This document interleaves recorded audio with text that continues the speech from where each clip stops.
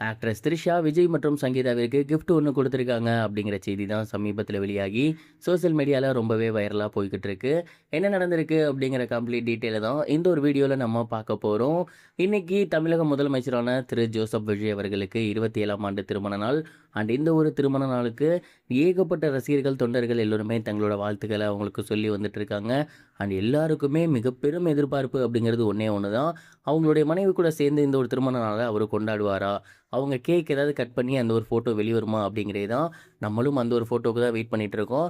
But இதற்கெல்லாம் முன்னதாக ஒரு சில முக்கியமான விஷயங்கள் சோசியல் மீடியால அடிக்கடி வெளியாகி வந்துட்டு இருக்கு. அதில ரொம்ப முக்கியமானது தான் ஆக்ட்ரஸ் த்ரிஷா, விஜய் அவர்களோட கல்யாண நாளுக்காக அவங்களுக்கு கிஃப்ட் ஒண்ணு குடுத்துருக்காங்களாமா.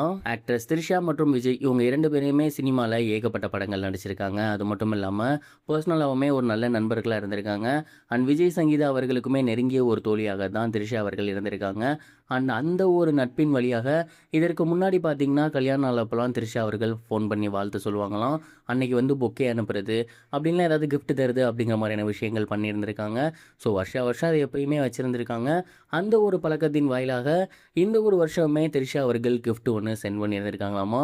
குறிப்பா பொக்கே ஒண்ணு ஷேர் பண்ணியிருக்காங்க. அது மட்டும் இல்லாம ஸ்பெஷலா கிஃப்ட் ஒண்ணு ரெடி பண்ணி குடுத்துருக்காங்களாமா. அதுவும் இது சங்கீதாக்கு அப்படின்னு மென்ஷன் பண்ணியே குடுத்துருக்காங்களாமா. இந்த ஒரு கிஃப்ட் தான் இப்போ அவங்களோட வீட்டுக்கு போய் சேர்ந்திருக்கு. சங்கீதா அவர்கள் அந்த ஒரு கிஃப்ட்ட பிரிச்சு பார்ப்பாங்களா? அதில என்ன இருக்கு அப்படிங்கிறதெல்லாம் அவங்களுக்கு தான் தெரியும். பட் எனிஹவ் என்ன இருந்தாலும் அவங்கள பத்தி யார் தப்பா பேசினாலும், அவங்க வழக்கம் போல அவங்களுக்கு ஒரு நல்ல தோழியா தான் இருக்காங்க. இந்த ஒரு விஷயத்த பார்க்கும்போது உண்மையிலேயே ரொம்பவே சூப்பரா இருக்கு. இந்த ஒரு செய்தி தான் சோசியல் மீடியால வெளியாகி ரொம்பவே வைரலா போய்க்கிட்டு இருக்கு. நெறைய பேரு த்ரிஷா அவர்கள வச்சு கான்ட்ரோவர்சி கிரியேட் பண்ணாலுமே, த்ரிஷா அவர்கள் விஜய் சார் கூட எப்பவும் போல எப்படி இருப்பாங்களோ, அதே மாரி தான் இருந்து வந்துட்டு இருக்காங்க. இத பார்க்கும்போது தப்பா இல்லையேப்பா! அப்படிங்கிற மாரி தான் தோணுது. நீங்க இத பத்தி என்ன நினைக்கிறீங்க? உங்களுக்கு என்ன தோணுது? கமெண்ட் பாக்ஸ்ல ஷேர் பண்ணுங்க. இது ஒரு புறம் இருக்க, இன்னொரு புறம் சோசியல் மீடியால ட்ரெண்டிங்கா போற ஒரு பிக்சர் அப்படின்னா, அது ஸ்ரேயா அவர்கள் சமீபத்தில எடுத்துக்கொண்ட பிக்சர் தான். சூப்பர் ஸ்டார் ரஜினிகாந்தோடு ஸ்ரேயா அவர்கள் இருக்கக்கூடிய ஒரு பிக்சர் சமீபத்தில சோசியல் மீடியால வெளியாகி பயங்கர வைரலா போகுது. ஏன்னா, இவங்க 2 பேருமே சிவாஜி படத்தின் மூலியமா மிக சூப்பரான ஒரு பேர் அப்படின்னு பேர் வாங்கியிருந்தாங்க. அந்த ஒரு படத்துக்கு அப்புறம் மீண்டும் ஸ்ரேயா அவர்கள் ரஜினிகாந்த் சாரோட நடிக்கிறாங்க. அதுவும் ரஜினிகாந்த் சார் தர்மன் படத்தோட லுக்ல இருக்காரு. ஸோ அஃபிஷியலா அந்த ஒரு படத்தில ஸ்ரேயா அவர்கள் இருக்காங்க அப்படிங்கிறது கன்ஃபார்ம் ஆகியிருக்கு. ஸ்ரேயா அவர்களுக்கு ரொம்ப ரொம்ப சூப்பரான ஒரு கேரக்டர் இருக்கு அப்படின்னும், ரஜினிகாந்த் சாருக்காக மட்டுமே ஒரு நீண்ட கேப்புக்கு அப்புறம் மறுபடியும் தமிழ் சினிமால நடிச்சிருக்காங்க அப்படிங்கிறது தெரிய வந்திருக்கு.